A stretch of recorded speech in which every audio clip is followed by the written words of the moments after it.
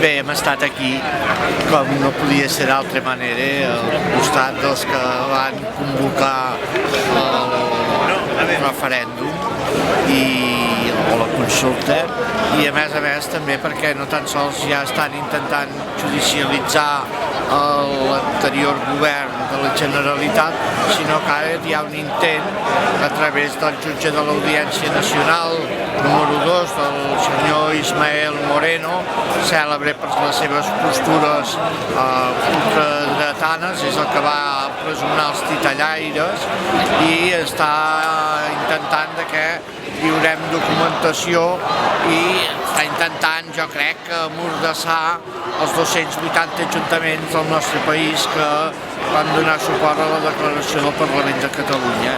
i que sàpiguin que el municipalisme català es mantindrà ferm on ha estat sempre, que és junt amb l'ANC, junt amb Òmnium Cultural, amb el govern, amb el Parlament de Catalunya a favor de les llibertats del nostre país.